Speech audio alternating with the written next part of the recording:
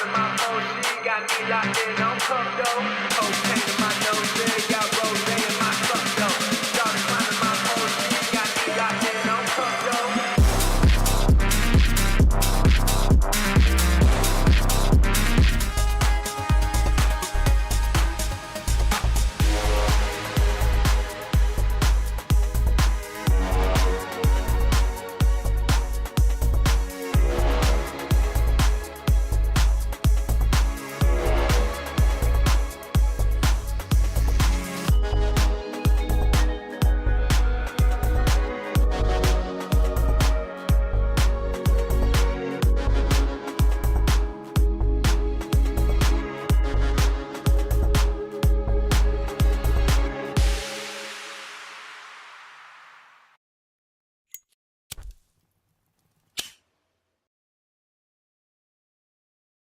Well, good evening, everybody. It's a pleasure to be back. George Morgan here at your service. It's PSGL, it's Wednesday night, it's Spain tonight as well. Lots on the table, lots of battling. The title contest is still alive and kicking.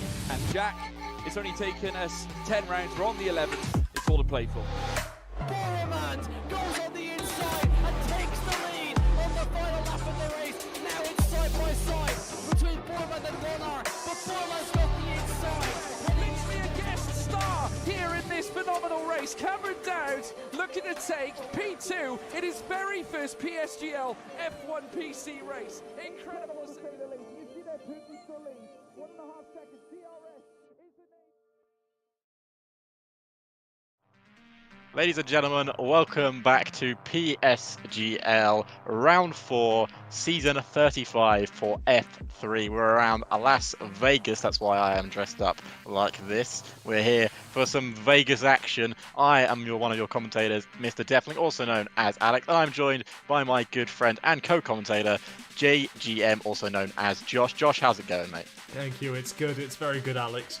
Unfortunately, didn't quite have time to run and jump in from the Alpine, the Alpine factory suit to dive into some Vegas gear. But I'll tell you something, the drivers are ready to jump into Vegas.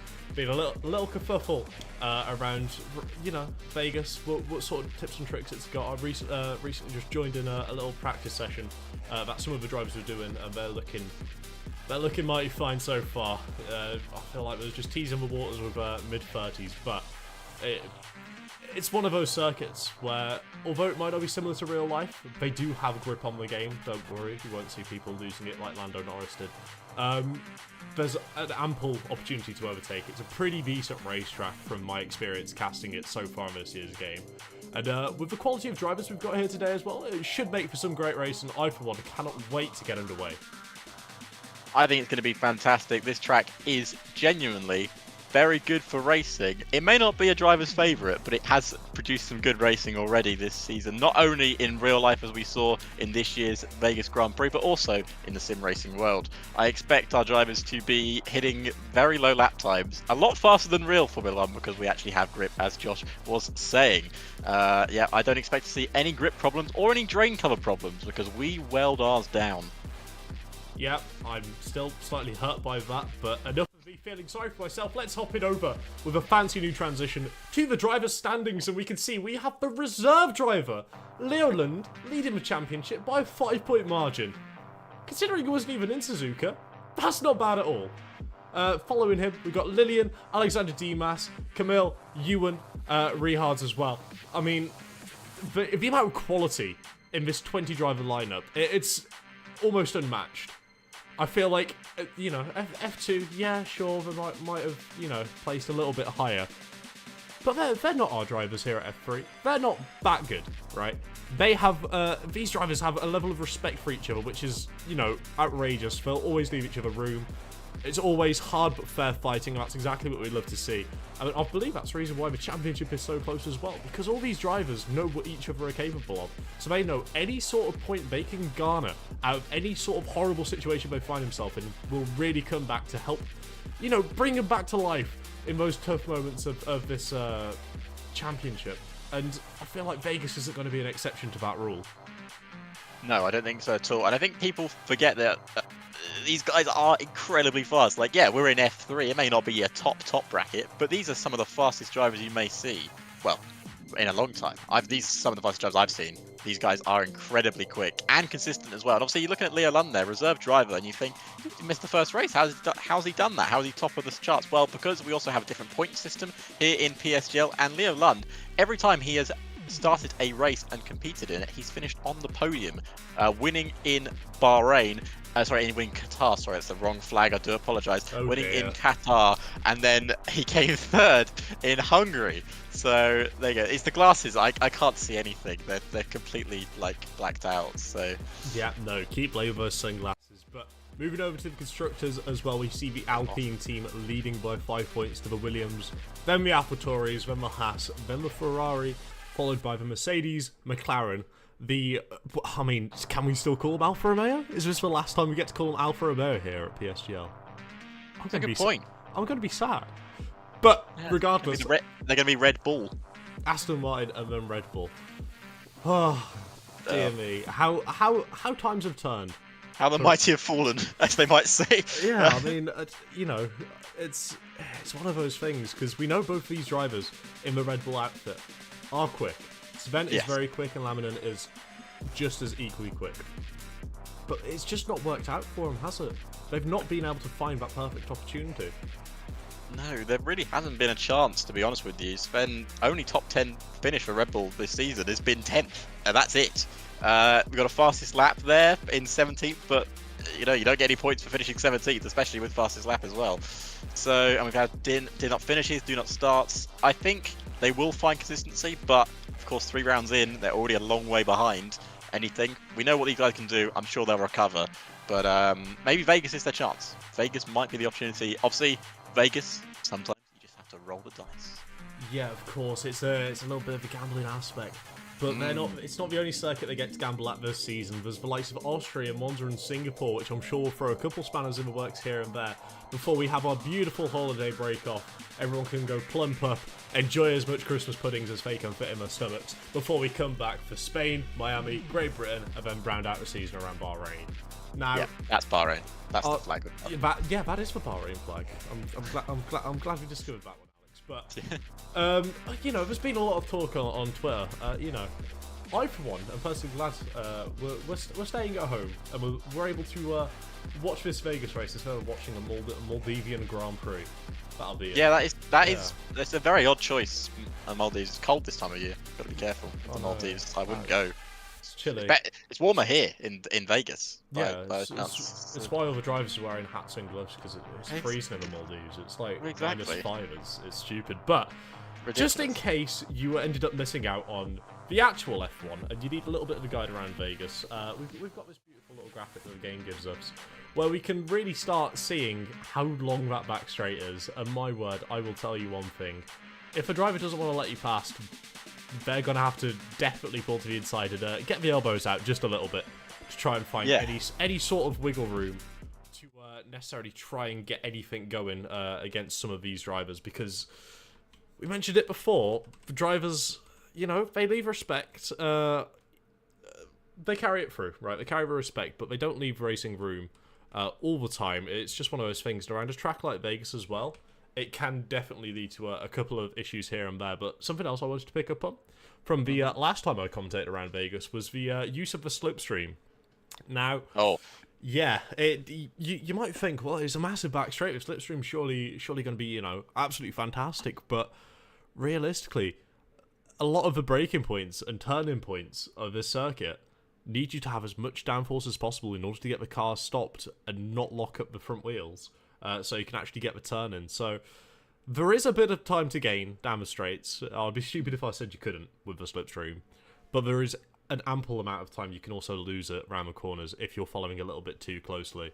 But someone who doesn't have that problem is going to be Matthew Adler for the TF10 outfit, who's currently in the Williams, leading the pack away. Yep, he's going to be going for your first flying lap. But as you said, this main straight, honestly, every time I look at it, I think it gets longer. But it just feels like it goes on forever. Obviously, this is the Vegas Strip that is in real life with all the famous buildings. You got, I think it's like Caesar's Palace. You got one of the oldest hotels on the left-hand side as well. I can't remember the name of it, but it's one of the oldest hotels in the world. There you go. Fact check that one for everyone. 40-something years ago, we was racing around the car park. I Now know. we're on the strip. Now we're on the strip. It does seem mad. And I think, I'll be honest with you, Vegas got a bad rep to start with, for obvious reasons, after FP1 in real life. But I think it proves that this is a good circuit, and it's always proved in sim racing that it's going to be a good lap and a good race. And I think Matthew's going to try and set a good lap here with a lot of more grip than they had in real life, that's for sure. Yeah, he took definitely a better apex than Max Verstappen did in his Q1 run, didn't he? But yeah, less about bashing, some driving incidents. He won, if you forget. Yeah, he did win. He also almost took Ocon off the road. But Matthew Ritchie won't be minding that one too much. I'm sure he won't be thinking about it in the back of his head. He'll be looking to try and nail every single apex on this circuit. As mentioned, the corners are where you will gain the most time on this circuit. Same as anywhere, but because there's such little braking points around the circuit and some of them are so delicate that you've really got to feather the car through, there's an ample amount of opportunity to lose time going into the braking zones. Perhaps even if you just steer just a little bit too late, you could be looking at 1 or 2 temps lost, especially when it comes down into this beautiful left-hander here. Tricky, awkward, horrible for the drivers to navigate, but fantastic for us to watch as they come back onto this strip. And on board here, we can see everything lighting up. I'm just grateful we don't have the little emoji thing on the Vegas sphere in the Sector 1, because I feel like that little emoji would distract me way too much from being able to commentate here. But Matthew is going to be looking to pick out his braking point here, revving the car out to its maximum, getting a flick on the left side here, running over the curb on the right. Beautiful work so far, and he's going to nail it nice and close to the wall there. How close to the wall do they want to get? Only time will be able to tell, as Matthew is going to be coming round the final corner here, which isn't really a corner. Keeps it nice to the inside, and that's a 31 flat. I'm sure we're going to see quicker lap times of that one, but the other cars start to pile on through this, this lap, as Sven Schumacher will be next across the line, unless he dives it into the pits. He's diving into the pits. You know what? That corner, the final corner, if you want to call it a corner, is fantastic, isn't it? Let's be honest. It's brilliant. It's just a flat-out right-hander.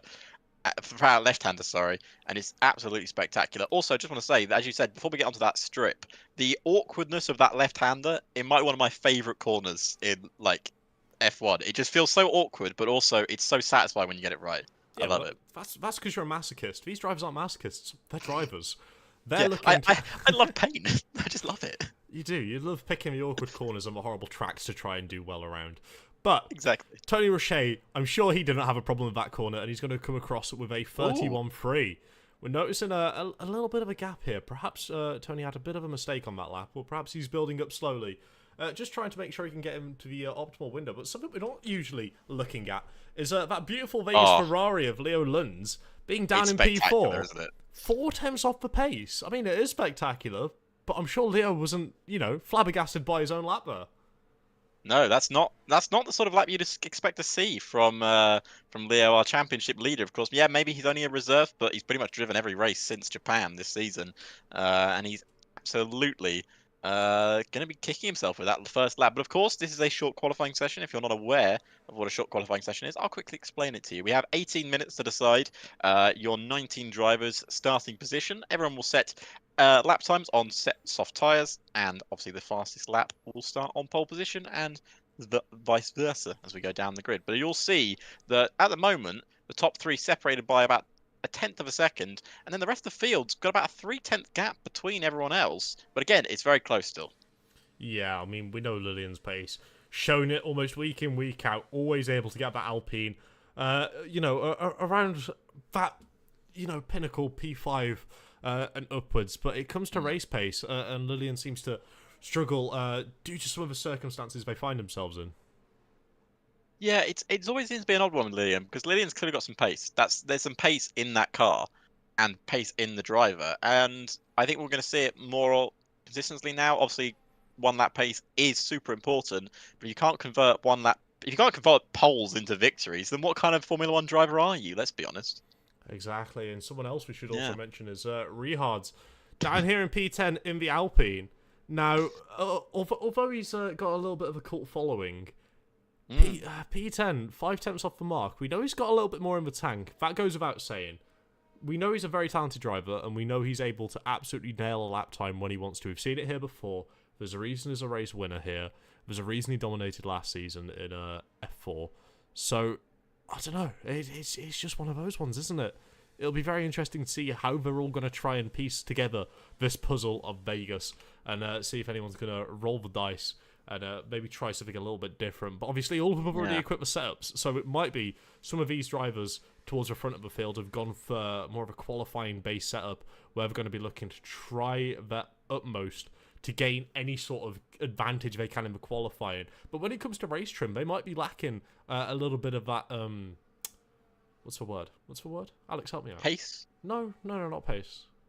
Drag. They'll have drag. A little bit too much drag. I found the word. Thank you. They'll be more. Well, actually, no, I was going to say they'll be more like the Aston Martin in real life because that's quite a draggy car. Yeah, they might be bottling it a little bit on the straight, which will give a lot more opportunity to those who have decided to pick the slimmer wings and run the car slightly lower to the ground to try. I think Mr. Matty Badler. Yeah, obviously in the Williams. Potentially, could be one of those to keep an eye on. Unfortunately, with this game, we can't exactly see who's got the flat wings, because I know some of the teams bought very flat wings around Vegas, which I'm sure they regretted as soon as they saw the temperature. But they did, yes. Very much so. But Matthew here is going to be looking to best his lap, and the track evolution around this circuit is just as crazy as real life in the game. It's nuts. It's ridiculous. Insane. So I'm expecting to see a couple of these drivers. Oh dear, Bogdan. Bogdan, you've gone and done it now. I can't believe this. We're gonna have to have a lobby restart now, Bogdan, after qualifying. Shame on you, Bogdan. Someone's gonna have to put you guys all in order, and I believe it might be Rehard's. He's gonna have to put all these drivers back in order, which give us a beautiful little time to talk about some of the facts around this circuit. Which, to be quite honest, about Vegas. Yeah. I mean, to be quite honest, there's a couple. Not many, but there's a couple. I enjoy the fact of Logan Sargent was the first American driver to qualify inside the top 5 since someone else did it. That is fat. You know what, Alex? I'm not sure what myself or any other viewers would be able to do without your knowledge. Thank you for endorsing us with this beautiful piece of knowledge. Who was it? It wasn't. I was going to say it's Scott Speed, but it's definitely not Scott Speed. Mate, I'm not sure who it is. An American F1 driver. I'm not an encyclopedia. I'll let you think about that. Oh, Leo Lund as well. Oh, Leo. Chat, tell us who it was. I can't remember. Please. It was someone... Make Alex seem a little less stupid for me. It was someone like... Why is Riccardo Patrese the only name in my head? I mean, it might be. Is he American? I'm not sure. I don't think he is. Sorry, we got off topic. Yeah, Matthew is doing a lap. Less about this and more about Matthew. He's had to weave his way through traffic, though, hasn't he? That's like, but he might be getting a decent slipstream from a lot of these cars because he's caught them in the places where you would want that slipstream down the main straight. But look at all the traffic he's got. It's like, this is insane. He's up on his delta by the looks of it. Yeah, I remember the big question as well comes into whether Matthew's going to be holding up the cars he's just overtook when they're on their flying laps, and if Matthews could potentially get in trouble for any of that. But he's going to come across the line and improve by almost 0.2 of a second there. It'll be a slow marginal gain for Matthew, and I'm sure the next run out as well, he'll be gaining on that because of a track evolution. But to be quite honest with you, I'm just grateful we don't have any rain here. Oh god, I've driven this circuit in the rain and it is not any fun. Managed to take someone out on lap 1, if you believe that. I believe it. But yeah, it was into turn 5 actually. A very tricky corner, turn 5. Easy to lock up your tyres. But yeah, glad we haven't got any rain because it's just horrendous to drive this circuit in the rain. Talk about no grip. I mean, honestly, ridiculous. We do have an answer to your question. Yep. It was the one and only F2 commentator, Nathan Richards, the last American to get inside the top 5. Of course. Clearly. Who else could it have been? It's not us, mate. I'll tell you that. So that's who I thought it was. Next best one's going to be good old Nathan Ritchie, who will be starting his F2 stream in 45 minutes. But that's still long enough for you guys to sit and enjoy a bit of this qualifying action. Maybe even a race start if the grid gets sorted quick enough here at F3. Maybe some more facts as well. I might sprinkle in some more facts. Keep the facts away. But should mention as well, Camille, right? The qualifying pace of Camille so far this season. 3 poles in a row. Oh, yes, I'm not going to do a poll to say 4 in a row because I feel like I'll jinx it. But Camille has been on absolute tear when it comes to qualifying, so it'll be very interesting to see how they're going to be able to operate through the city which never sleeps. Which, I mean, I feel like we said... Isn't that Seattle? No, that's New York, but I feel like it can be said for Oh. almost every single city in America at this point. Because all Yeah, of them no have city bright sleeps in flashing America. lights. Yeah. Yeah, exactly. Like, how do you sleep in this place? Like, I struggle to sleep normally, but like sleeping there would be ridiculous. Like, just looking at the cars whiz past Matthew as well. He's just pulled over to the left-hand side, trying not to give any sort of toe whatsoever to the cars, which are desperately in the hunt for any sort of gain they can get. Oh, there we go. Lillian, That's the slight lockup. it's one of those things. It's a very, very tricky corner. And, yeah, Lillian finding out the hard way. On a good lap time there as well. Very unfortunate for Lillian. But Nathan says he think it might be Andretti, which isn't a bad shout. I think Andretti is the right answer. Yeah. Yeah, Andretti's probably correct. Probably. Which is mad, considering that was a long time ago. And now it's Logan Sargent. Yes! 50 years He's in the future, we're going to be talking about Sargent Racing. Yeah, Getting he's going to into be... F1. Yeah. I really thought he was going to finish on the podium. That is some cope. But I'll tell you someone who doesn't seem to be indulging the same amount of cope you are, Alex, is Leo Lund. Now, he's backed off from this lap. He's 10 seconds down. Mm-hmm. Realistically, He hasn't got a lot of battery. Yeah, realistically for Leo here, he's going to have to dive back in the pits, set a new, fresh pair of soft tyres on, go out again, and try and navigate his way through potentially maybe a little bit of traffic, maybe jostle for position a little bit, and try and really build onto this, great start that the Ferraris have in qualifying, which we've seen, every single week so far in this Season 35 championship. Yeah. It's definitely going to be interesting the final few laps here around this circuit. Obviously, as we said, track evolution is nuts around this circuit, and I imagine we're going to see even faster lap times. So I think we're actually already beyond what pole position was in real life. I think pole position was around a 1:32, I think, I want to say. It might be even less than that, but I'm not sure. But yeah, these guys are going to have to improve on their lap times. The Red Bull pair, once again, 13th and 15th. About 5/10 off the pace, and obviously with no ERS and no fuel, not going to be improving on that lap. Still got time to get back into the pits, because of course this is actually a very long circuit. You might have worked that out, Josh, by the map track, Really? the track map. But it's the second longest circuit on the calendar, only behind Spa-Francorchamps. I say bring back the Nordschleife. Let's throw a curvepball here. Apparently they're resurfacing the Nordschleifers. Well, it's still not going to be fit for F1 cars, no matter how much we want it, Alex. They're not doing it especially for us. Oh, come on. I've asked nicely. Feel like it would be a good bit of fun. As Zach confirms that it was Andretti who got third place in the 1993 Italian Grand Prix. And then clarifying, saying Michael Andretti, of course. Yes. So, congratulations, Mr. Richards. You got that one correct. Alex, however, didn't. It was not Scott Speed.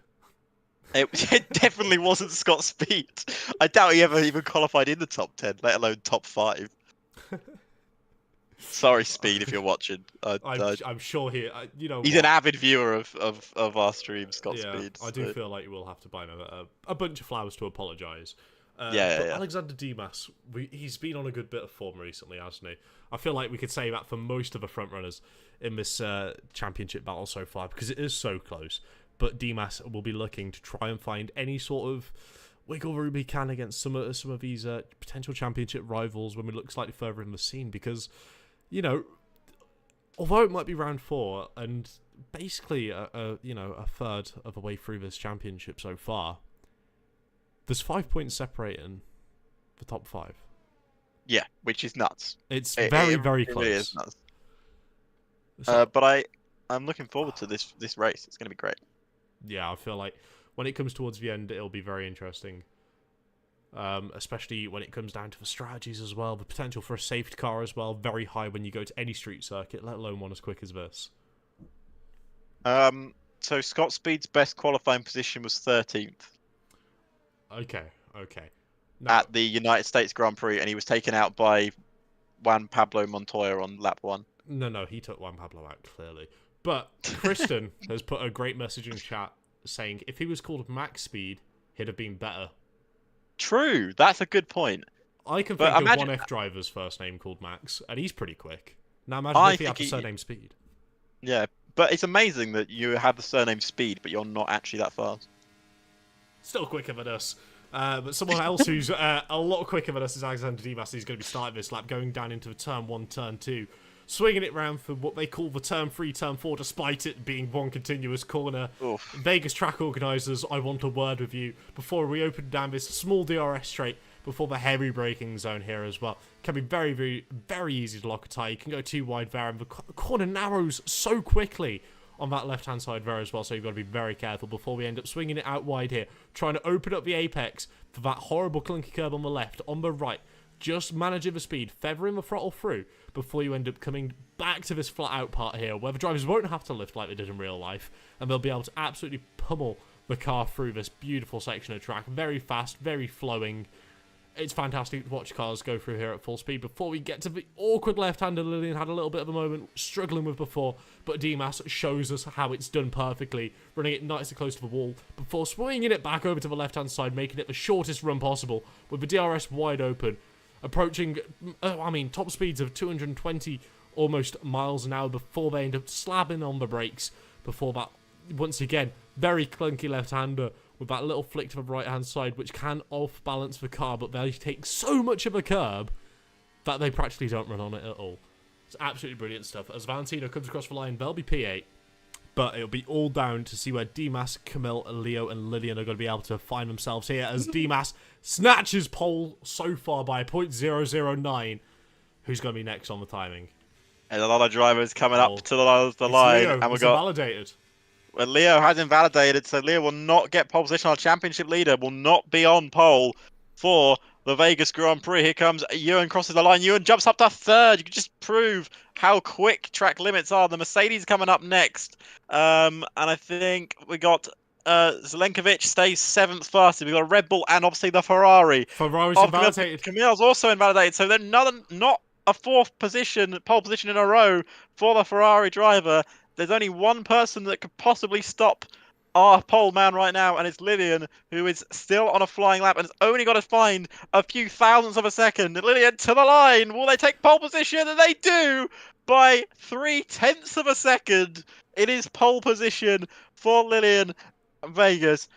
And crossing the line now, and he jumps up to third. What a lap from the other Alpine Rahards. He comes to 3rd fastest. And across the line now, Kai can't improve, which means on our final quali laps, unless Wilson can do something about them, Wilson crosses the line now, and he stays 16th fastest, which means on the final laps of qualifying, Lillian's on pole, Dimas is in 2nd, and a great lap from Rahards to put him 3rd on the grid. What a final couple of laps. Yeah, beautiful little Alpine sandwich towards the right-hand side of this grid to kick off the races. I don't know about you, but it feels like there could be something in the air tonight around Vegas. Yep, there could be. You got the Alpine shirt on. I do. Maybe they know. Maybe they know. Obviously, we are very unbiased here in the commentators box. Absolutely.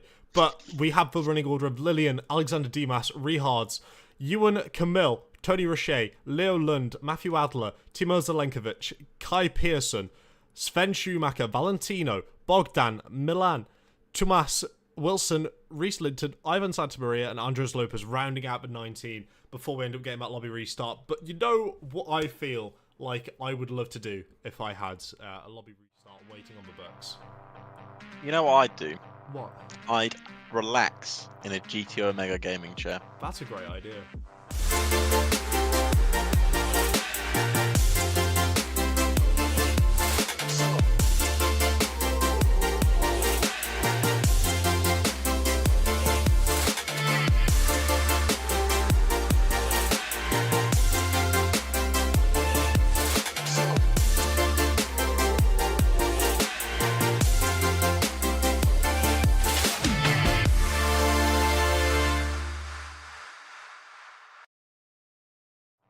I promise you we wasn't talking about putting everything on red. But with Leo Lund's race pace recently, it could be looking that way. We said not to put it on green, and that is normally down to the odds, but I feel like Aston Martin, they've not had a great season so far, but I don't think it's going to be, that detrimental to them this race. I feel like they can kind of work over it, continue reaching, and look more forward to, perhaps a couple of races further down the line, where it might suit them just a little bit more and, just be a little bit more comfortable with them. Yeah, I think so. And I think the thing with Vegas is we've not driven it here in PSGL. We didn't drive it last season because we obviously missed it. Where we had problems with drain covers. I was hearing. So yeah, maybe they knew something. But we are here this year for the first time for PSGL, and that means we'll have the first race, doesn't it? F3 will probably kick off first. I know F5's going on at the moment, but is F5 going to kick off before us? Maybe. I mean, We might do. But this will be the first F3 PSGL race around Vegas, and I'm looking forward to it. It's a free hit because no one really knows what's going to happen. Could everyone go into turn 1 and they'll all be in the wall by the end of lap 1? I doubt it because these drivers are actually very clean and very good at their jobs. But expect to see safety cars. It's a track that kind of breeds safety cars. You kind of expect it. Seeing overtakes up the wazoo, I hope. I'm never going to use that term again. And and it's going to be a great time. And you know, as I said before, it's a roll of the dice here in Vegas. Leo Lund will be looking to carry on his podium streak by picking up another podium here in the United States. Lillian, obviously second in the standings, but on pole position with a chance to really try and take that victory. Because, of course, Lillian dominated last week. Let's not forget. That was a domination at the Hungaro ring. Quite simply, and simple win. And Camille, for the first time this year, not on pole position, starting further down. He's got a lot of work to do. Can he do it? And also, haven't mentioned, Lillian does also have their teammate right up with them, in Rahad, up in 3rd place. Maybe we'll see some teamwork between the two. Potentially, but then again, I feel like there's only so much teamwork you can do at PSG. It's not a team championship at the end of the day. No, all the it's drivers are racing for the road. And, you know, who are we to say that they're going to work well together? I mean, there's a reason Christian Horner didn't continue the conversations earlier in the season with Lewis Hamilton joining Max Verstappen, because it's never going to work. He didn't, apparently, though. That's not true. He didn't, yeah. Okay. He didn't. He didn't. Okay. So you're going to tell me he just didn't want to be the quickest car, yeah? Yeah, that's what happened. Yeah, yeah, absolutely. sorry. I've coughed. I don't know what happened there. Oh, but no, I feel like we do have to point out there, Lillian's lap was phenomenal. 2 Mega. attempts up on the rest of the grid. Mega lap. That It is was something else. scary lap. Yes. Scary for the rest of the field, I'd say, because that's the Charles Leclerc lap right there. That's the lap that he just finds that extra chance. Because, you know, I take the piss out of Ferrari a lot. Yeah, I know. And because Josh likes him. But what I will say about Charles is there is no one on the grid that can match him in terms of one lap pace sometimes, because he just finds the time. I don't know how he does it, but he just finds more time on a lap. And Vegas was probably his race to win. He didn't, because he can't convert poles into victories. You know, Okay. he tried his best. That's what matters at the end of the day. I'll tell you what, maybe it's a curse of Ferrari starting on poles. Maybe Camille and Leo will be able to have a pretty good run, That's a good point. trying to catch back up and really mount an attack onto this Alpine duo. Yeah. And of course, the AlphaTauri are in the mix as well. Dimas by himself. You know, no necessarily teammate or team player next to him. So that'll be very interesting to see how he's going to sort of shuffle his way in and around there. Yeah. Will he just be a bit of a thorn in the side to the Alpine cars? Because I feel like I would be. I think he will be. And the interesting thing about this grid, of course, when you start on the pole position is on the right-hand side of the grid, and second is on the left-hand side. So he will have the opportunity to go up the inside. Of course, he hopefully will stop a lot sooner than someone else did in actual. Oh well, it was just a cold track, Josh. Why you got to be so rude? Everyone else did it. Nothing. It's just an incident. It's just an incident. It was fine. No, but no. it was. It's just the track won't be cold. I'm sure they're going to go into there and it'll be fine. But it's one of those things that he will have the opportunity to dive up the inside with a good start. It's not that long of a run down to turn 1. So it'll be interesting to see what they do. And of course, we then have the second long straight before turn 5, which is a good overtaking spot, but you've got to really trust the driver next to you that they're not just going to drive you into the wall. It's a really difficult spot to overtake someone. Absolutely is, but I feel like when we've got a grid as filled with the talent and the experiences we do have here in F3, I feel like we can trust them to try and go too wide there. Although it might cause, a few little disgruntled moans in the Discord chat here at PSGL. I feel like all the drivers will understand exactly what's going on and take it nice and fairly. So, But it's competitive spirit, isn't it? Yeah. It's we like to see that competitive spirit. Of course, we don't like to see getting to the point where people are getting rude to other people or anything like that, and that obviously goes for everyone in chat as well. Obviously, if someone takes out your favourite driver, don't blame be mad. Alex. Blame Alex. me Holy. because I have probably cursed them. I have the worst commentator curse in the history of anything. I commentated curse someone in real life today, and they fell over. That's Genuinely, they were walking quite fast, and I thought in my head they're going to fall over, and they fell over. It's fine. It can't be any worse than the E-Series yesterday with good old Richie. I believe he cursed 7 drivers and then undid a curse by recursing the same driver. It was something else. It's a spectacular ability that only a few commentators have, but it does affect everyone at some point. No one's immune to it, not even you, chats. Be on your best behaviour. Chat's going to say, oh, he's doing really well, and just send it straight into a wall. It happens, guys. It happens, honestly.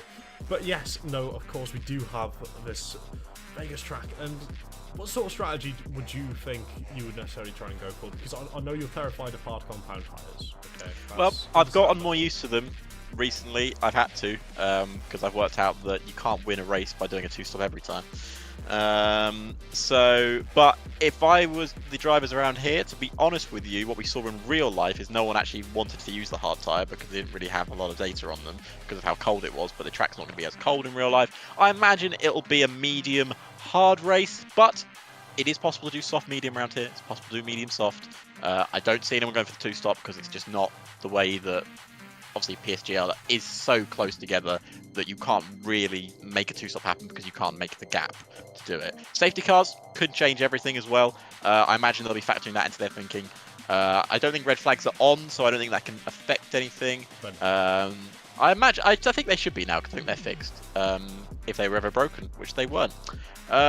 Risk versus reward, just saying. Yeah, it's got to be risk versus reward. But honestly, I wouldn't be surprised if we see at least a few people start on the softs because you will get that grip off the start.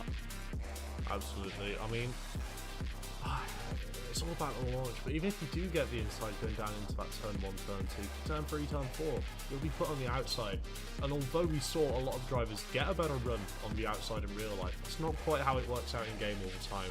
Quite often the car towards the inside will end up getting more traction and be able to apply the throttle sooner. So that'll be very, very interesting to see if anyone does try and barter it down the inside of turn 1.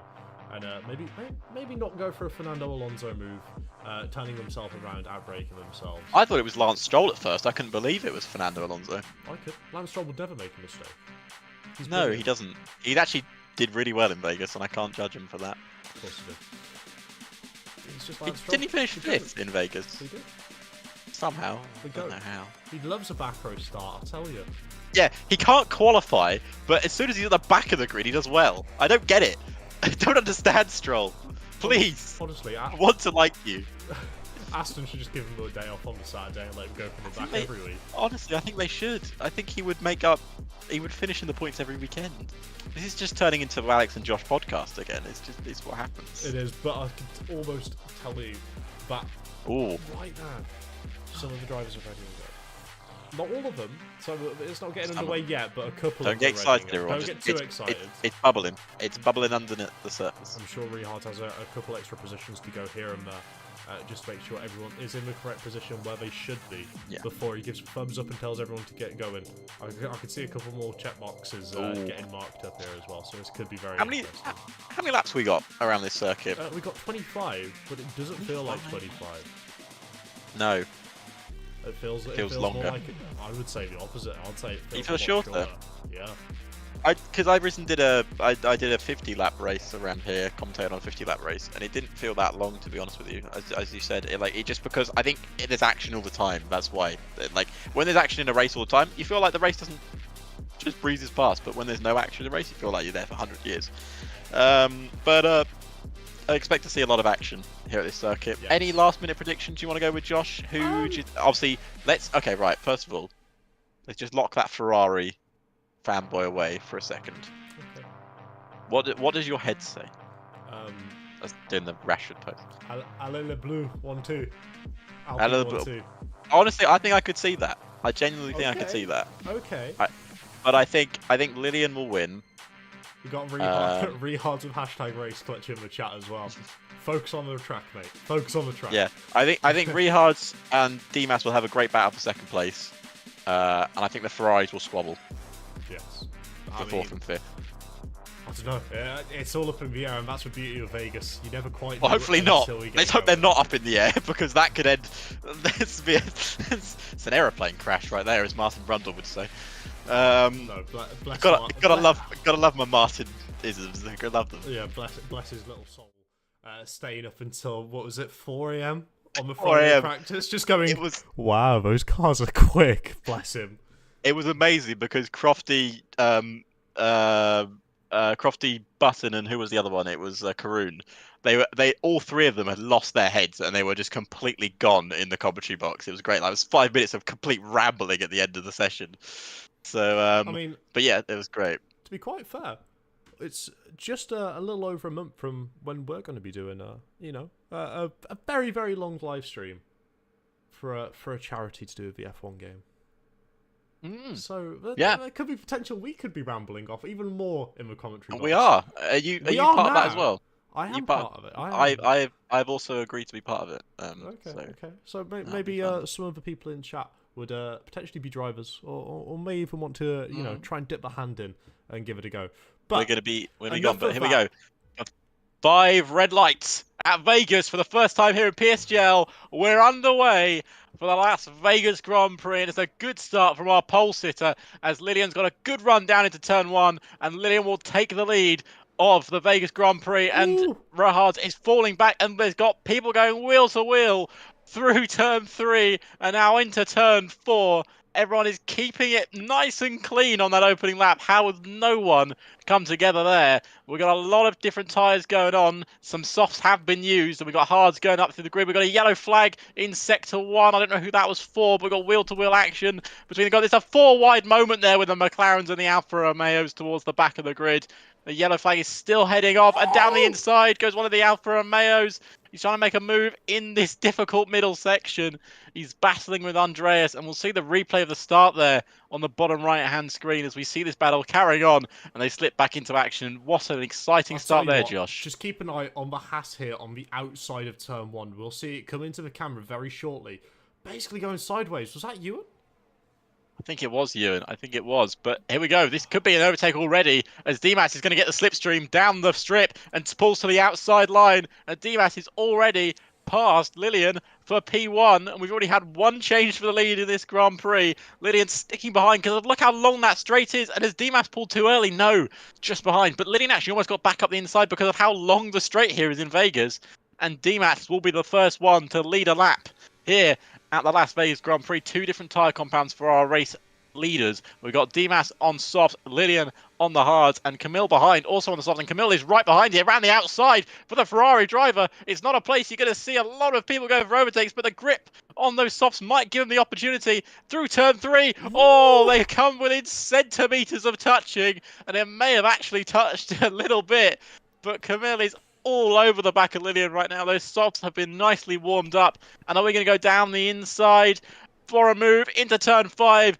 And the move has been made. Camille up into second. Lillian at the moment on those hards going backwards. Bold, brave and audacious move there from Camille to be able to put it down the inside that. Not really, a genuine overtaking move possible in that place, but because of the tyre compound difference, the amount of grip Camille has on those soft tyres compared to Lillian on the hards, able to pull it off. I'll tell you what, my prediction is not looking too grand for an Alpine 1-2 so far, but there's still a long distance to go this race. A safety car could always mix things up and cause a couple of these drivers a couple woes further into this race. But so far, we'll have to just keep an eye out on the gap between Camille and Dimas. Just to see how effective that slipstream is. It already gained a 10th without the DRS as well. So that time's going to continue to fall down his back straight, and I'm sure we're going to see a couple overtaking moves in the background there, as you can see him piling so many cars wide. And it's ridiculous. I can't even count them all. No, I was just trying to figure out who was going wheel to wheel with who. I think. Oh, it's a round! An Aston Martin round! there through the final Is that sector. I don't Reese? exactly know Yeah. what happened. I think it was Reese. Yeah, it was. And he's gone round, and Dimas, it's the fastest lap we've seen so far, as Andreas makes a move into the final corner. Now that was bold, and he's up into P11. Spectacular. Down the inside goes Kai, I think. He's trying to go down the inside of Bogdan, but he backs off from the move. DRS has now been enabled. Of course, DRS opens after 3 laps. And we've had 3 laps now, and you need to be in with a second of the car in front to get DRS. And Camille now has that DRS, will be needed. Yeah, I don't know exactly what happened with the Aston Martin there. I don't know if you saw it. Leo tapped in the rear there, I think. Because in the rear. either that or he locked up the rear, but I'm more inclined to say it was a tap because of how close all the cars were. And Leo's made a move there. Oh, what a move. Round the outside, and he's up into P6. And we've got another car falling back. Andreas has pulled back after such a brilliant move. He's done a Norris. P11, he's done a Norris, and he's pulled down to 17th. Luckily, unlike Norris, he's still running in this Grand Prix, but he's back a long way off the back. And now Rihas is there, battling for P17 between the 2 drivers. I'm not going to see a move there. We obviously saw Max Verstappen go for a move, and obviously it ended almost in catastrophe for a couple of drivers. Didn't end in catastrophe for him because it wasn't his fault. And Aston Martin pulls to the left-hand side, and now they're going to go wheel-to-wheel down the main straight, and we've got moves going up through the grid. Kai has also made a move up into P11 with the DRS. Clearly a lot of straight line speed running on that McLaren because it did not get put in front easily. But with DRS, Rihas is now up into 17th place. These two probably going to have to work together a bit here to try and catch the pack, as we've got a bit of a gap between Sven and the rest of the top 4, as Rahad, Lilian, Camille and Dimas, your top 4 right now, are running all close together. Leo's got to try and make some moves here because he's stuck behind Sven, who's in P5, and he needs to try and get up with his teammate. Yeah, we know Leo's pace can be absolutely outrageous at times, but Sven on that soft compounder tyre will prove to be a little bit of a thorn in his side. But no matter how soft your tyres are, nothing can stop the power of the DRS from allowing some drivers to get that whiz past you and really help them accelerate through the gears and overall increase their top speed by around 25 kilometers per hour compared to those without, depending on the wing strength, of course, for that rear wing. But Leo's made the position there on P5. Head down, looking onto Rehards now. Surely that's where he's got to be thinking about it. He's got to be thinking, he's got to get involved in this battle for the win. He's got to try and help his teammate out as much. Of course, it's not a teammate championship, it's a solo championship. He is the world championship leader, but his teammate running in second on those soft tyres. It looks like by AWS record, it could be a 2-stop for the guys on soft tyres. Going soft, medium, but I imagine it'll be a soft, hard or a soft, medium strategy from these 2 drivers. I mean, realistically as well, I feel like a bit of ERS management's going to have to come into play, as we can see Lillian getting very, very close to the back of Camille. Camille having just to take that slightly towards the centre of a racetrack, just to get a little bit more braking performance from the dirty air of Dimas.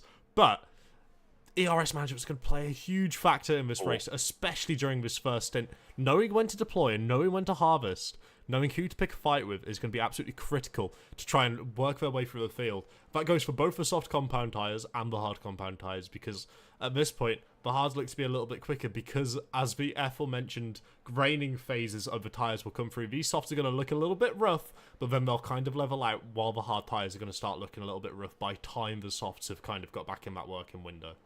Yeah, as an avid user of the soft tyres, I can tell you that is very much true. These tyres will be hurting after a few laps, but I guarantee you they last longer than you guys think. You can make these tyres eke them out, and you still use the grip on them. Can I petition to have DRS through the final corner next year? No. No. Chat, please tell Alex to stop coming up with these ideas. Oh, but it would be so much fun. Could you imagine? I can. I remember Mark Webber's lap at Silverstone where he went through cops with DRS open. The crazy. Yeah, but that corner is very different to cops. Yeah, it's quicker.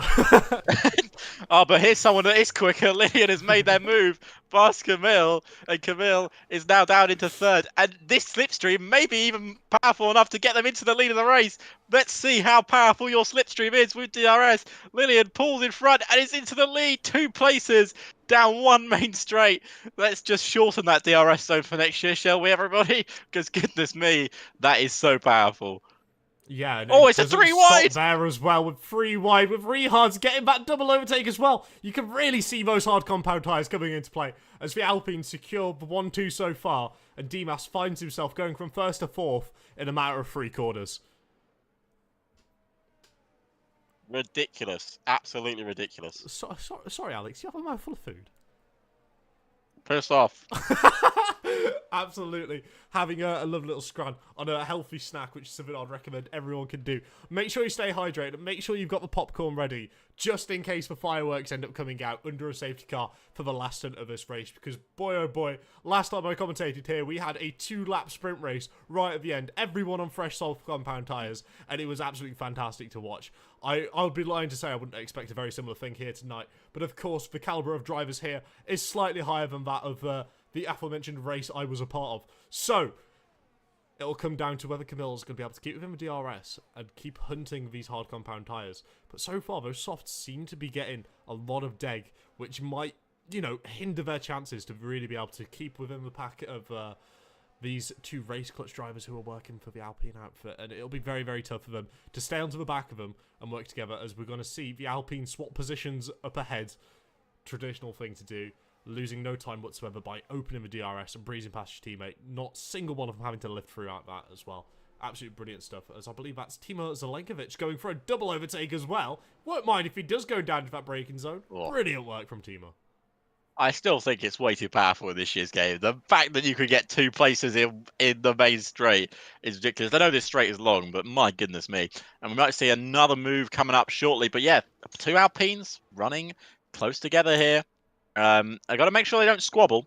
That's the only thing they've got to do. Got to make sure they don't lose themselves positions. Of course, teamwork was very much in fashion in Vegas. Of course, the Red Bulls working very well together as a team, making sure that Sergio Perez secured that 3rd place finish on the podium because he wasn't getting second. As Lillian into the lead of the race, going to be using a bit of DRS slipstream, as you mentioned previously, Josh. And I wonder if you Camille and Dimas.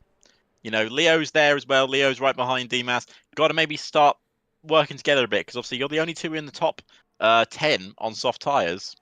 Maybe a bit of teamwork's got to be in the bag. Yeah, because Sven's had a little bit of a fall from grace in the last couple laps, falling back down the order, as I believe that's Reese again having a little problem into that first sector, just going wide a little bit, causing yellow flag. Thankfully, it doesn't look like there's going to be a safety car, no debris on the track, so they'll be able to keep racing. But it wouldn't surprise me if we see Lillian start to stretch the legs here against their teammate.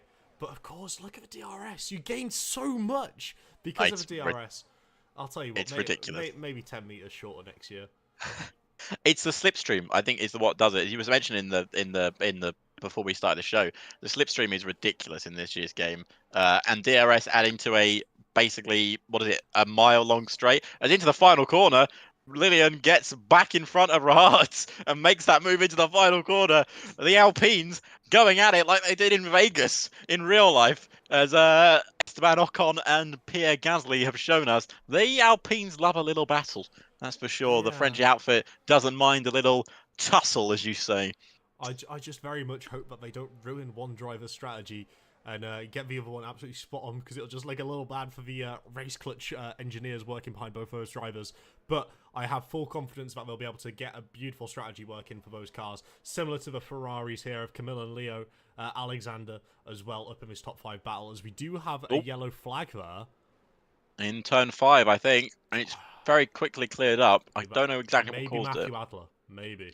He's fallen back a little bit there, but we'll keep the eyes on the front for the minute, because anything can happen. If one of these drivers ends up clipping the wall at all, maybe even losing an end plate, they could be looking at a whole bunch of time lost going through that first sector. I mean, it could be a world of pain for him trying to get back to the pits. I mean, and it's a very bumpy circuit as well. I think obviously we mentioned Lando Norris crashing in real life, hit a bump apparently on track. Josh thinks it's something else, but it is a bump that he hit on track. And down the strip straight here, we've got the Alpine swapping positions again, as Rahat is back into the lead. And down the inside, is Leo Lund going to go? No! He doesn't make the lunge down the inside. He sticks behind Dimas for another lap. Tony Richet staying in front of Slavenkovic there for 6th place. We're going to see any moves into the final corner. We are going to see Rahat follow Lillian right through the final corner. Oh, these two are ridiculous. By the amount of grip Lillian has in that final sector still. Look at that. Just being able to turn the car in at turn 1. That is something else. That's a level of time management I've yet to see. Brilliant work so far from Lillian. To be able to hold it right behind the back of Rehard's coming from that final corner, and even being able to put a bit of pressure on the teammate. I'm sure it's not intentional pressure to force Rehard's into a mistake, but it's just one of those. Lillian seems to have the pace around here. They do, and they do appear to, in that final sector, to be able to pull away from the cars behind them. I imagine that is because of the extra grip that they are running, because of the hard tyre compared to the softs at the moment.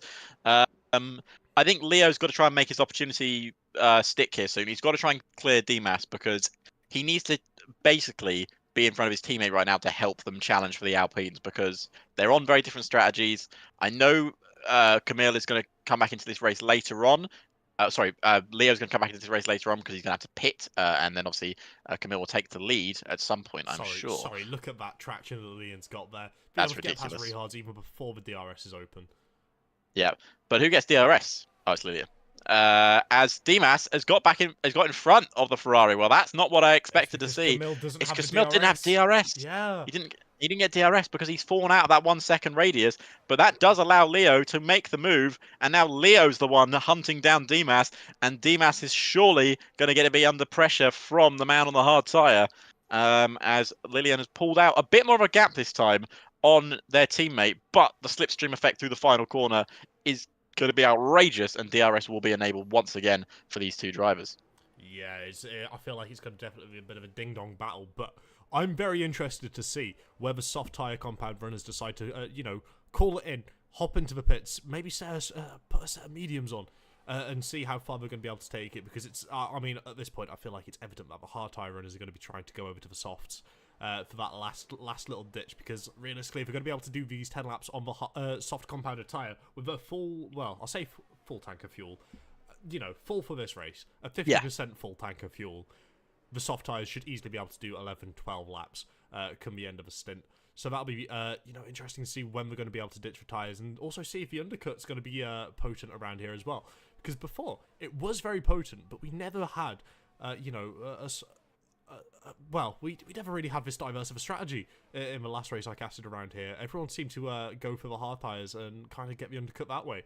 So it'll be very interesting to see if maybe the medium tyres or the hard tyres that the soft tyre runners will be pitting onto are going to be able to get fired up, rubbered in, and get going in an operating window before the hard tyre compound has to come in, and see how much time they're able to gain. But Dimas is back within the DRS of these Alpine cars as well. He's right with them. Look how close he is. He is right with, proving how good that double slipstream is getting. Of course, obviously one slipstream is great. Double slipstream, Now we're don't get me talking. started on a double slipstream. But here we go. Leo Lund is right up behind Mr. Dimas here as well, because those soft tyres are starting to fade here. 10 laps have been completed on those tyres. We are 11 laps into the Grand Prix. And these 5 are putting on quite the show at the front of the field. But also, let's not forget, the midfield battle is very intense too. Of course, we can't look at every bit of action. I do apologise for that. But we're paying attention to the front battle at the moment, because I'd say it's probably the most important one, because this is for the lead and this is for the podiums. Absolutely, as we see a couple of cars diving into the pits. Sven's gone from the soft to the mediums. He'll be looking to make that one-stop work. And Matthew's also gone from the hard to the mediums as well. Wanted to get a hard compounded tyre. Didn't think it was doing him much good. Maybe he's got to try something a little different. But you can see that gap just starting to open for that for these drivers to pit into. If we're going to look around that 20-second mark, they'll have ample amount between the likes of Wilson and Matthew and P14 and P15 respectively to be able to call it into the pits and get a little bit of fresh air to maybe try and get the tyres heated up a little bit, get a little bit of heat into them, and really try and get it going. I think Camille's got to pit first. Yeah, but then again, out of this top 5. I would say so, because Camille seems to be losing a little bit. But if you do that, you're missing out on this slipstream, you're missing out on the DRS, and you're missing out on these 3 wide moments as Alexander Dimas pulls to the inside, gets past Lillian, gets past Rehards, even before the braking zone. Rehards has got no space on the outside there, so that'll give Lillian a better run as well. So Lillian should be all over the back of Rehards. Oh, he's in the pits. Going through the final corner as Dimas calls it into the pits. Could that be a critical point of this race? I think so. Both soft runners are into the pits. That makes sense here, as the Alpines are going to follow each other through the final corner. That was so clever from Dimas, because he knew that was his in lap. He knew he was coming into the pits that lap, but he just decided to dump everything he can, get as much uh, basically much straight as he could, and he's now into the pits. He's got onto the medium compound of tyre. So has Camille. Those two are going to the end of the race. We've got a yellow flag in sector 2. That is for the Aston Martin, and he's sideways. He's in the wall there. That's at turn. Which turn is that? I can't That's the remember. awkward 11? left-hander. Yeah, awkward left-hander. I don't think it's turn 11. That's probably not right. 10, I think. 10 or 11. Oh, so a bit deep there from Rahards. They're not going to cost him too much time, but who has arrived on the scene at arguably the right time. Mr. Leo Lund is right with the Alpine pair, and he could. Oh, could he get both of them here into turn 1? Into the final corner, sorry? Not into turn 1? Maybe. I don't know. It's very hard to tell, isn't it? Because Rehards has backed off a little bit from Lillian, so he'll be getting a bit more of a potent slipstream effect. Oh. But he won't be able to get too much of a slipstream effect if he has another exit like that. Very, very close to end up tapping the ball. But this should be Leo Lund's opportunity to at least get P2 and maybe try and get a little bit of a charge onto Lillian. Maybe put Lillian under a little bit of pressure. But that'll come with time. You say that, but look! Rehards going for the overtake. Leo following him through. Surely not. Oh, no, I thought he was going to dive it. It's like, but again, that was so... They were so far away from each other, and I thought Leo wasn't going to catch Lillian, and it wasn't Leo that caught him. It was the Alpine, a teammate. And look at the exit. He's got through that final corner. Is he going to go for it to turn 1? Rahards does defend it. He did cover off the dive bomb down the inside. Look how close these drivers are. If you want to see top sim racers at their best, this is the perfect example, because it's so tricky around this circuit, and the concentration levels of these drivers are unmatched from anyone else. And is Leo going to go down the inside? No, he's smart, he's clever. He doesn't need to overtake them into turn 5. He needs to overtake them down the main straight, down the strip, down the Vegas strip, because that's the place to do it. Yeah, and with all these cars fighting here as well, holding each other up, playing it a little bit tactical, trying to get that slipstream, maybe even DRS chicken as well. We do have to keep in mind that Dimas and Camille have already pit. They're on fresh set of mediums. They'll be going a lot quicker than these guys, so the undercut will be very prominent. No way. They should be able to get the jump on him, as Lillian rightfully decides to back out there, gets very close to the rear of Leo, but manages to rescue that car from what could have been a very awful accident for Lillian there. Would have been an aeroplane crash, as Mr. Brundle would have said. Here comes Leo Lund. He's going to get the move easily done on Rahards, but keep an eye on Lillian. Look at the slipstream already past their teammate. And will Lillian go down the inside? No, too far back on this occasion. They're going to stick in formation once again. But yeah, interesting point here is Dimas and Camille have already passed all their traffic. They have got pretty much clean air up to Ivan and Bogdan, who are in 4th and 5th. So they can push as much as they like. And Dimas will have real opportunity to... Well, basically, he's going to be leading the race when everyone pits. But his tyres are going to be gone by the end of the race. He's going to need a safety car. Yeah, I mean, if you're going to risk it around a place, you would want to do it around maybe a Jeddah, Miami, a Las Vegas, a Monaco. I feel like this is probably the right call to make, to try and risk it just a little bit and see what you can get, because we know if these two Alpines stay in front, they'll be using each other throughout the entire race, trying to gain any sort of advantage. As Matthew Adler comes through showing his pace on 3-lap old medium tyres, nonetheless as well, showing that those mediums are still just as quick as they are when he first bolted them on. So that'll be very interesting to see how well the mediums are going to be able to hold up and see where their, Deg's really going to come through and where they're going to fall off. Yeah, that'll be really interesting indeed. Obviously, we've got Camille right now in 6th. We've got Dimas in 5th. Oh, it's Kai up in 7th as well. The AlphaTauri is having a great afternoon here for their team. Obviously, they might not be calling AlphaTauri in the near future. But at the moment, they're still AlphaTauri to us. And I expect to see another overtake for the lead here, as Lillian's probably going to get past Leo Lund down the Las Vegas strip. Pulls to the outside line and makes the simple overtake. But are we going to see Leo lose 2 positions in one straight, because pulls to the outside, but Leo is defending properly, but he can't defend too much. And unlike Sergio Perez, at least he gave an attempt to defend a Ferrari. But once again, Rahards is up into 2nd place. And now I feel like this is where we're going to have to be a bit careful as Leo. Was that Leo or Rehards? Rehards. So Leo was following Rehards for the slipstream, and Rehards pulls straight into the pits.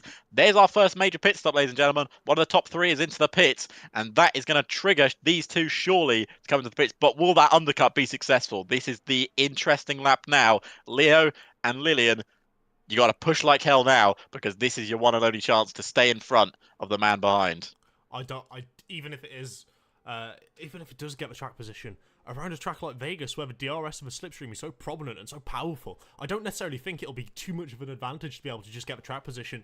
When the tyres end up aging a little bit and the cars start catching back up, he'll look like a bit of a sitting duck in comparison. I feel like we're going to see maybe a little hint of that before with the likes of Camille and Dimas up the road from Rehards. But as you mentioned as well with the AlphaTauri driver, Kai getting really far up. He's just had a little instant there and fell back through the field a little bit. Very unfortunate. Commentate curse. Exactly. At it again.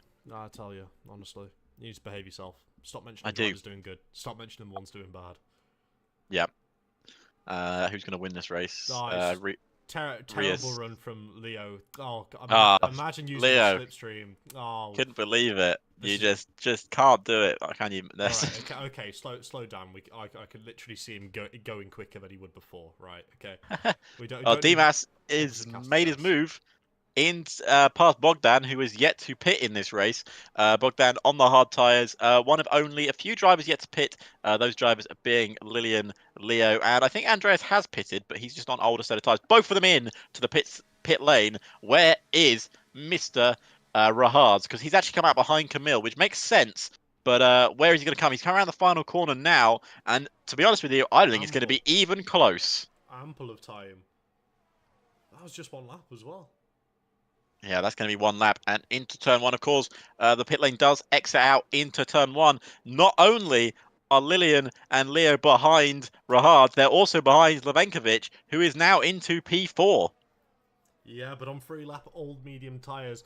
Got the track position, but realistically, how long is he going to be able to hold on for? As long as he's got the DRS of the car in front of him, I think he'll be okay for maybe 1 or 2 laps. But when that double slipstream starts getting activated and the rear wings start opening down that back straight, that's when we're really going to see the car struggle, especially getting under traction. You'll be able to see the massive difference in the traction between the fresh mediums and the slightly used medium compound.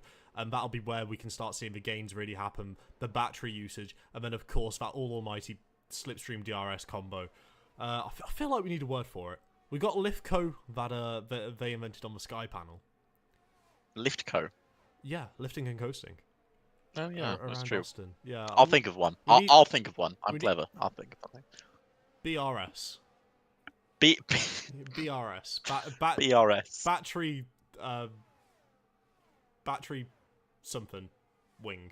Yes, beautiful. But nevertheless, Timo has been able to get a jump there on Rehards, but how long for though? That's what I'm worried about. If he's going to be chewing through his tyres this early part of his second stint, he could find himself in a bit of a vulnerable position. But so far, it's looking all right because he's got fresh tyres from the cars in front as well. Yeah, maybe Slavenkovic is the surprise package in this race that we didn't really mention. At the moment, Dimas is currently in a race of his own. He's about 4 seconds up the road from the car behind, which is Camille. Now, the 2 Alpines, here we go. Are they gonna... I don't think they're teammates anymore. They may still be teammates in the same car, but the time for working together may have come to an end. As down the main straight, is Rahard's going to make the move? No, he sticks behind. Leo Lund has got to take an opportunity when he sees one, because with the 2 Alpines stuck between each other right now and a surprise Mercedes entering the party, he's got to try and make the moves, because Slavenkovic is going to have slipstream on Camille. Rahard is going to have slipstream on Slavenkovic and Camille. Lillian's going to have slipstream on Rahard, Camille, and Slavenkovic. It's all going to kick off down the Las Vegas Strip, as it tends to in real life. I mean...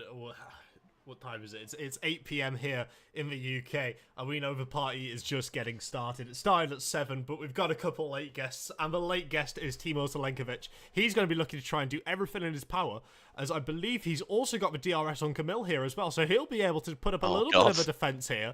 Camille might be a sitting duck here. We might see a 4-wide moment on the Vegas Strip.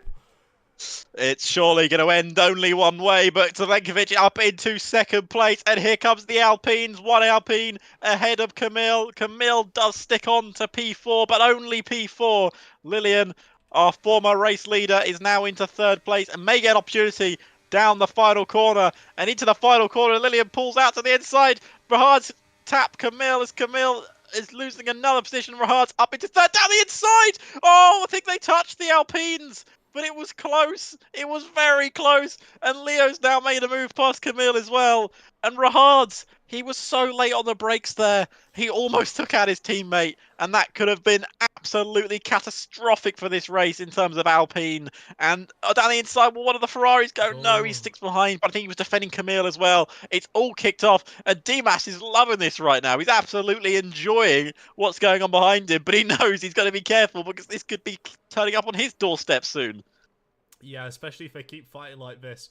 I'm sure they'll be able to use the DRS and slipstream in no time whatsoever. But the more they squabble through the tight, congested parts of a track, such as Sector 1, and that beautiful left-hander in Sector 3, that flat-out one, the more time they'll lose overall to Dimas, who's going to be running his own race for the foreseeable future, unless a safety car comes out and gives him a big interruption. But you can see him on your screen, slightly further up the road. Timur can see him.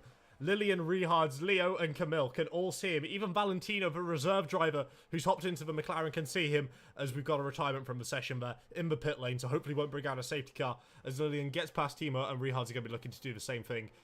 There we go. Another one past. Leo has to tuck in behind here, though.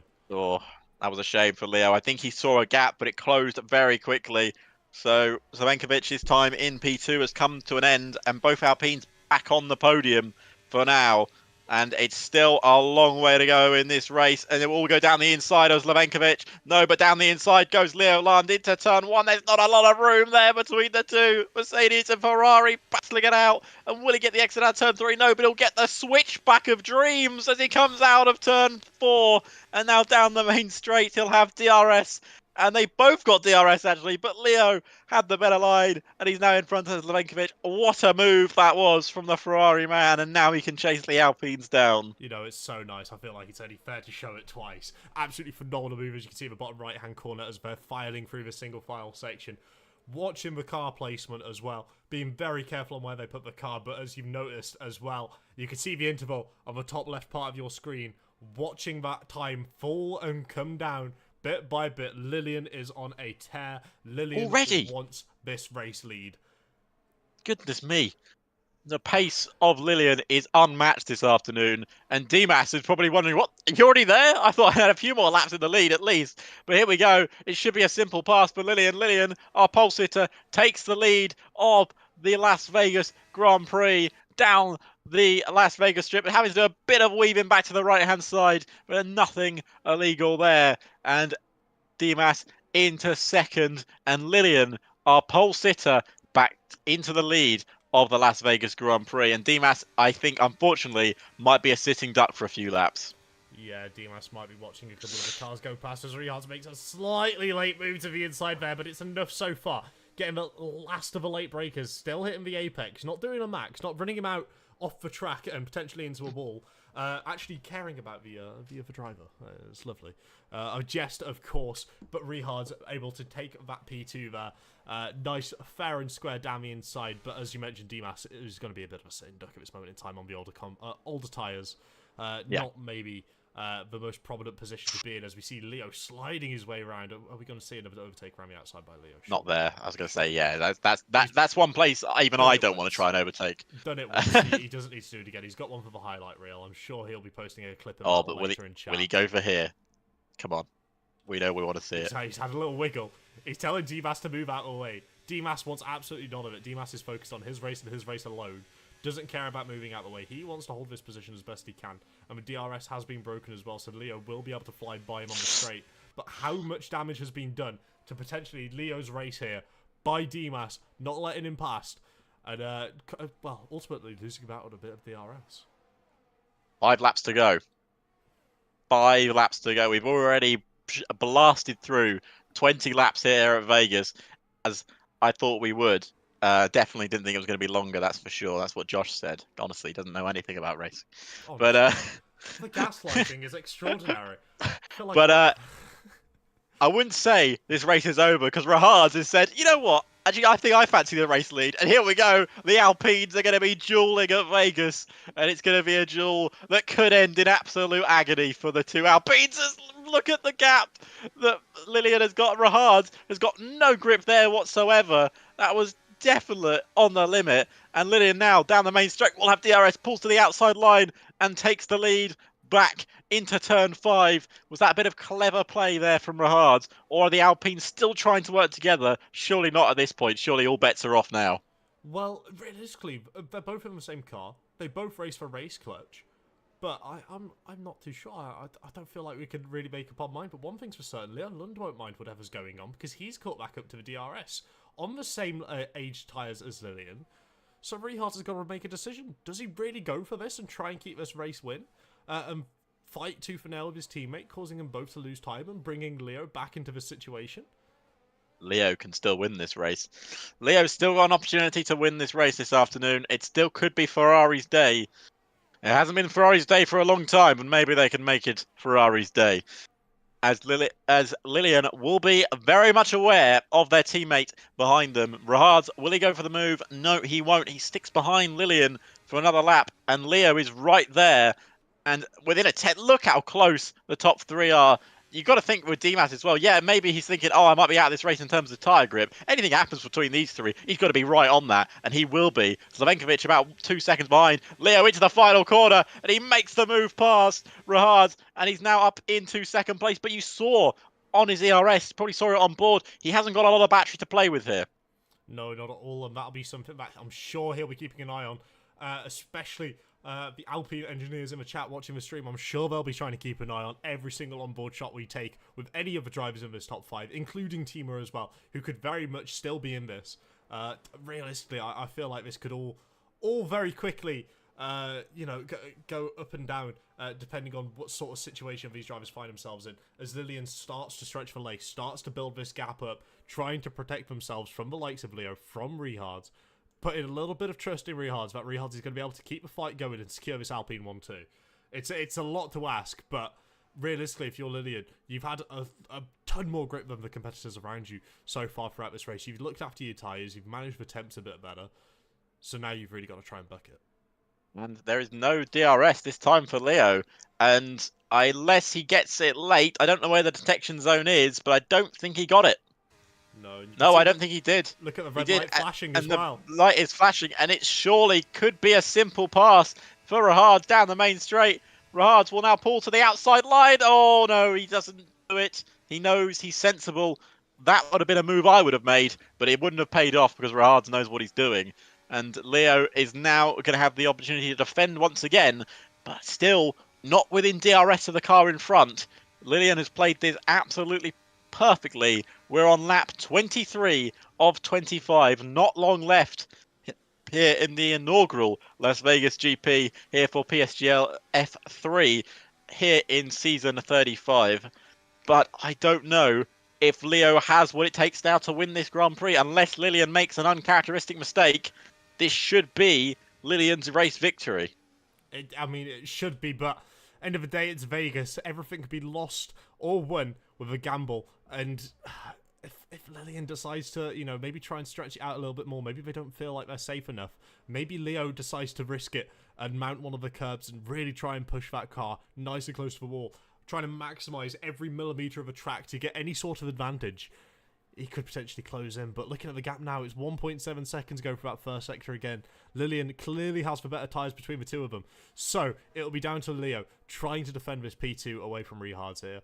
And it'll be a tough ask, especially with the likes of Dimas still in this as well. I just want to mention, although his red light is flashing, he will still get the DRS on both of them, so that'll carry him down this beautiful back straight once again, down the Vegas strip. I'm sure he won't take any sort of problem getting a little toe along. Once again, Rahad's just biding his time. He knows that the opportunity will come to pass Leo. He probably now knows in the back of his mind that that race win is going to be slipping away from him. But I don't know, to be honest with you, if he's that worried at the moment. Maybe later in the season when he's trying to battle for the title. But at the moment, he's just happy to secure a 1-2 for Alpine. But he needs to get past Leo to have that happen. He's got more ERS. He's clearly got straight line speed on his hands. We've got Matthew Adler, picks up a 3-second time penalty there for exceeding track limits. But that won't affect him too much. He's down in 13th place.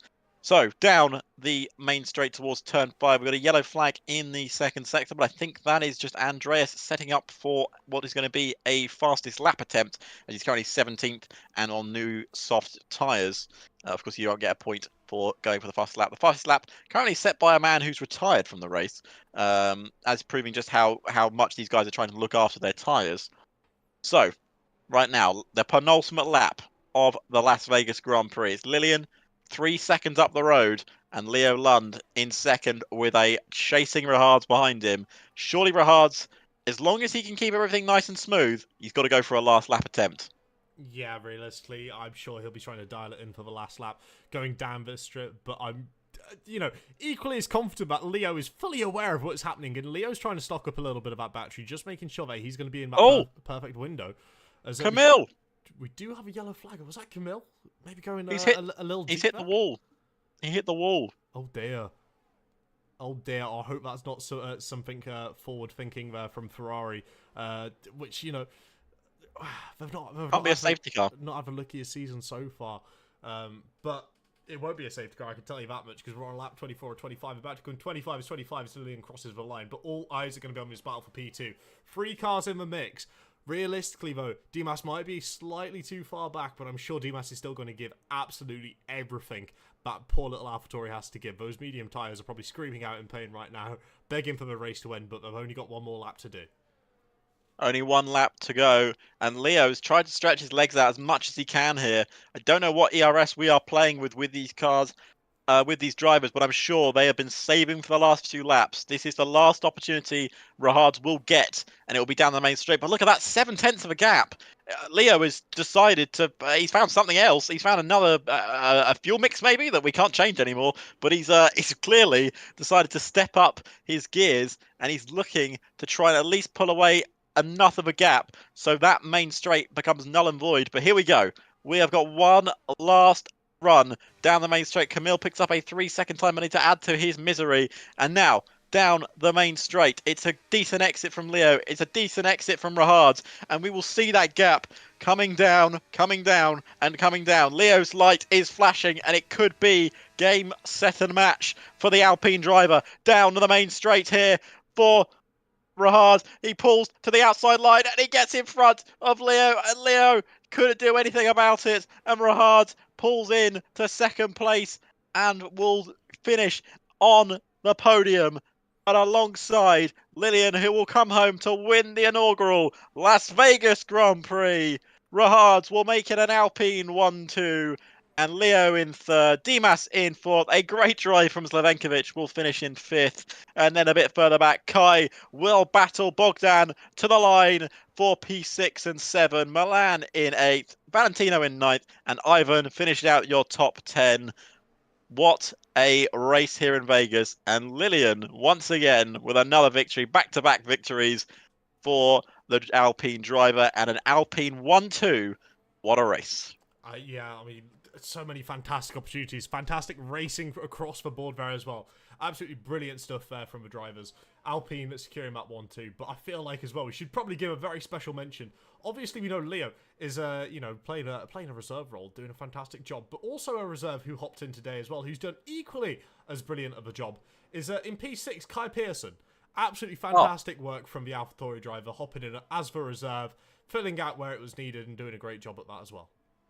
What a drive. We're still just waiting for one more driver, which is Andreas Lopez, who is actually going for the fastest lap attempt. So let's see if he can actually round out the session with the fastest lap. He's coming across the line. Oh. Now.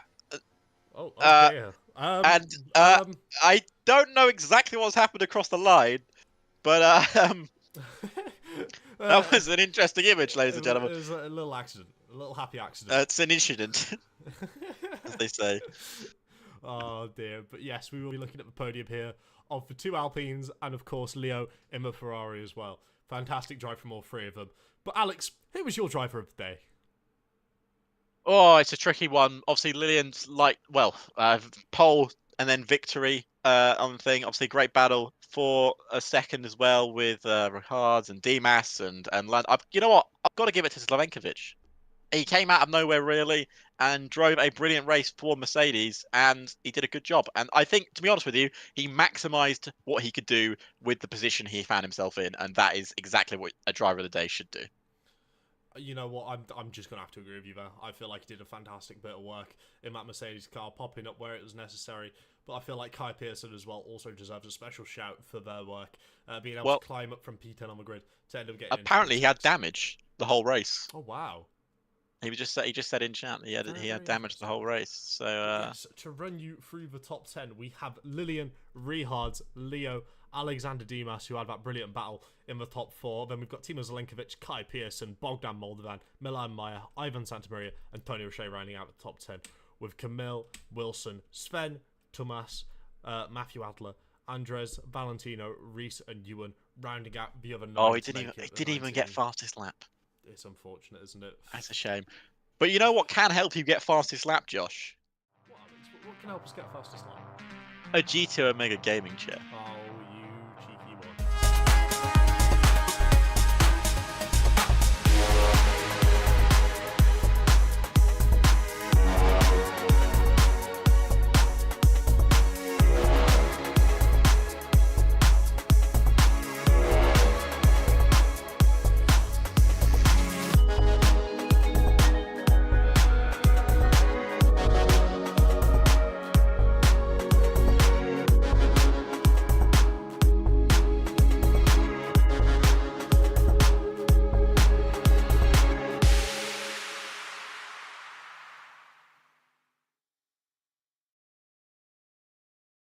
And it comes back to us after that brilliant shout from GT Omega. Of course, the title sponsors here at PSGL for Season 35, making it all possible that we're able to get this beautifully all set and done. But I'm still yet to stand up. I'm just sitting on a man-built office chair in my I don't have one either, but I can't.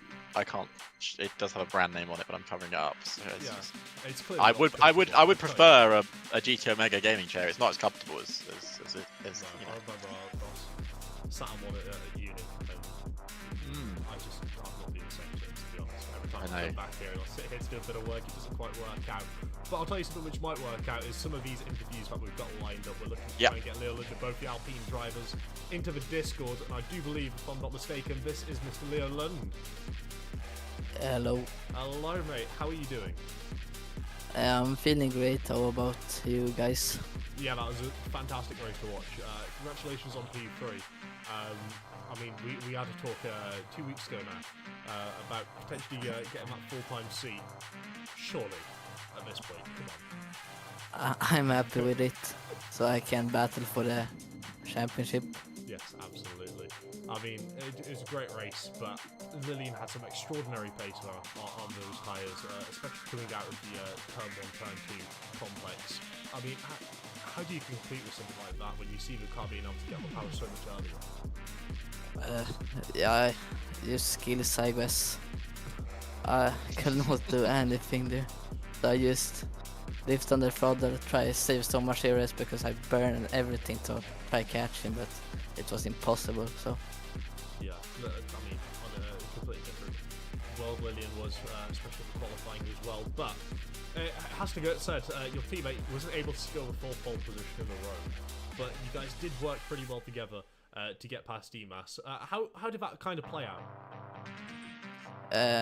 I mean, it played out good. I don't know him. We did not even talk, but yeah. Nice, lovely stuff, lovely stuff. You had a couple fans in chat cheering you on. Is there anything you would like to say to them in particular? No. No. There you go, guys. Man of very few words. It's the Kimi Räikkönen of PSGL right here from Leoland. Well, one thing I will say, Leo, is you've now kept up your 100% podium record here in PSGL. Obviously, you didn't race in Japan. We won't count that, of course. But ever since you joined us from Qatar to now, you finished on the podium every race. Can you carry that on next weekend, which is I keep saying weekend, I'll get it right one day. Next Thursday, which is, I don't know where it is. Austria. Where is it? Austria. Are you a fan of Austria there? I don't know. I have not touched that track so much this game, but yeah, I think it's pretty. Yeah, everyone, that's a legit question. Do you guys only practice them like when they're coming up? Do you not like just race them for fun? I use practice for the tracks that's coming up. Okay. Yeah. Kimi Räikkönen attitude. I like it, Leo. I like it a lot. It's more of a hobby for him. He doesn't have to do it if he doesn't want to. Thank you, Leo. Yes, thank you Yeah, very thank- much for your time, Leo, and congratulations on the podium. Look forward to seeing you next time out around Austria, and fingers crossed for the best result possible for you there, mate. You too. Thank you. Thank Bye. you. Lovely bloke. I can't wait for your finish in Austria. Mino Marcus dancing. Right, I will bring in both of our Alpine drivers now, our 1 and 2 finishers. So I'll bring them in now. Bring him in. There we go. We've got the 1, we've got the 2. Lillian and Rehard.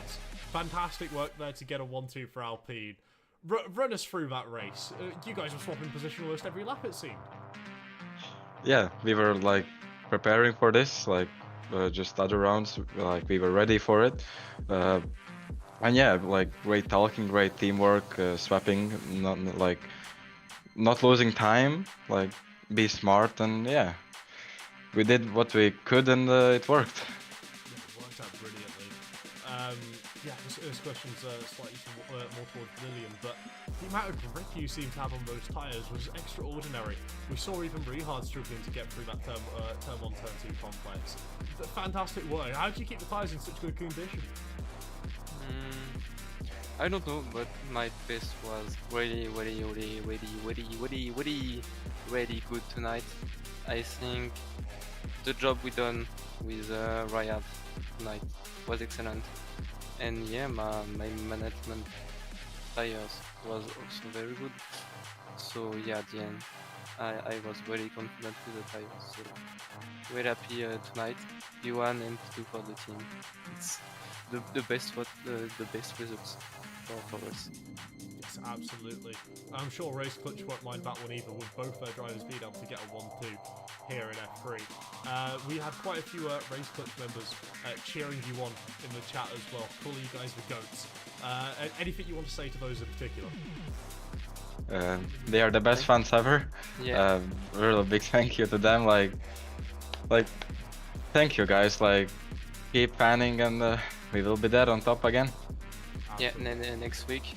Yeah, absolutely. Yeah. Obviously, next week it is Spielberg, it is Austria. How do you guys find that track? Have you done much practice together on it yet? For me, no. I didn't race Austria in this game, so Everyone's saying, I don't understand this. It's so confusing. but we will see what the race will. Yeah, we will see. Same for me. So the track is, I think, pretty hard, to be honest. I mean, it looks easy, like there's turn like straight, but it's really hard. It's really hard to nail and be on top, because like you can lose time like in a one click and you're just done. Because the gap will be really close, because it's Austria, like really hard to gain and lose time. So I think the quali will be really close. Like top 10 will be in like a 10th or so. So. Really how to prepare the quali.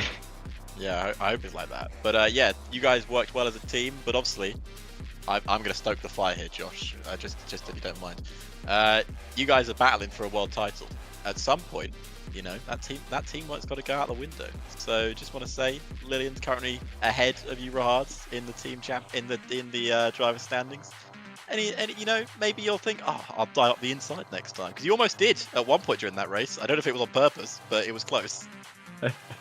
Well, it wasn't on purpose, but yeah, let the fastest win. We'll see how it goes, and yeah, we will still be friends. So Can't stoke any rivalry, Josh. I tried my best. Rehard and Lillian. When Lewis Hamilton joined Mercedes with Nico Rosberg, they said like the fastest win as well. But fingers crossed it won't end in that sort of result for you two here for this season of PSGL. But congratulations once again on your 1-2. I'm sure Alpine and Race Clutch are going to be very happy with the result, as should you two as well. But get some well-earned rest, practice for Austria, and it'll be a pleasure to see what you're able to pull up for next week around that beautiful track in the Austrian mountains around Spielberg. Yep, thank you guys. Yep, thank you. Lovely blokes, tell you. I'm still in here. Yeah, I know, they're brilliant. They're great. Nice t-shirt, Josh. Thank you, thank you. I love yeah, the t-shirt. yeah. He's not. Yeah, he's Yes. definitely not. He's definitely not sponsored by Alpine. No. It's fine. No, it definitely doesn't work on a community scale. Okay. Not me. Cheers, bye. Yes. Cheers, okay, guys. See you thank next you, week. Yeah, thank cheers. you. Good Very evening. good. Bye-bye. In a bit. What can I say? Like, I had a compliment on my attire, not dressed as Vegas. You got stood up.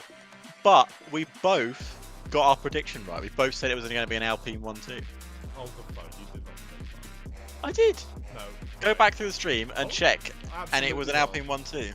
Absolutely will. But so, but I think I guys- said Dimas would finish third, to be fair, so I got that one wrong. But... Absolutely, of course. But we should real quickly point out the rest of the calendar. As mentioned, we do have Austria next week. The week after that will be Monza, and then we're rounding it off before the Christmas break around Singapore, which will be a bit of good fun. A Nice little circuit. bit festive. I'm sure we can get Alex a lovely little Santa costume all set up for that one. But I'll wear a then Santa hat. after the winter and New Year break, we have Catalunya, Miami, Silverstone, and that Bahrain international circuit we also desperately love. With that beautiful, yet again, awkward left-hander going down a hill to turn into another left-hander, which is even tighter than the previous left-hander. But I do feel like we've been spoiled today, haven't we? I think we have. I think it's been a fantastic race. We love to see, we love to see racing here in PSGL. That's what we love to see. And at the moment, we've seen that clearly Lillian is very fast, and I think at the moment Lillian will stay very fast for a long time. But it's a long old championship. Anything can happen, and maybe we'll get to a track that Lillian doesn't enjoy, and maybe Rahad's likes. Might be Austria, but I really wouldn't count out Leo at all, because that man, if he's not going to win every race, be on the podium. Consistency is king in Formula One, as someone said probably at some point. Martin But Brundle, probably. Martin Brundle probably said it. Yeah, exactly. But yeah, as Martin Brundle would say, it's like a two-piece coin on a tire. Who on earth let you commentate? I don't know. I don't know Go ahead. who gave me this job. Honestly, I don't know. I have no Honestly. idea. But I couldn't that think of is- anything. Mine doesn't end the show, so I didn't know what to say. Well, that's okay. All I did for us. Thank you guys so much for tuning in here at F3 for season 35, round 4 around Las Vegas. Hopefully, we was able to bring a little smile to your face and enjoyed watching that beautiful queen sit two-faced on a tyre, as Alex put it. Very interesting way to put it, but thank you guys so much. It's been a pleasure casting. We'll see you 7 p.m. next week for Spielberg. Until then, we'll catch you around. Thank you very much, and goodbye. Thank you guys.